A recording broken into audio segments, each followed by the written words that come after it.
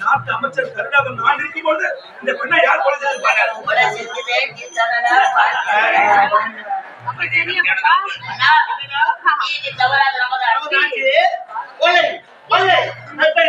இந்த செயலை யார் செஞ்சிருப்பார்கள்? இந்த கொலை செய்தது யார் என்று எனக்கு தெரியும்.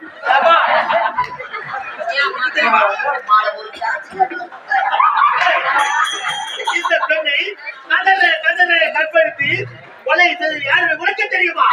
தெரியுமா? அப்படி இந்த பெண்ணை கொலை செய்தவனை கண்டுபிடித்து விட்டால் தக்க சன்மானம் வழங்கப்படுதா? உண்மையாக உண்மையாக சத்தியமாக உறுதியாக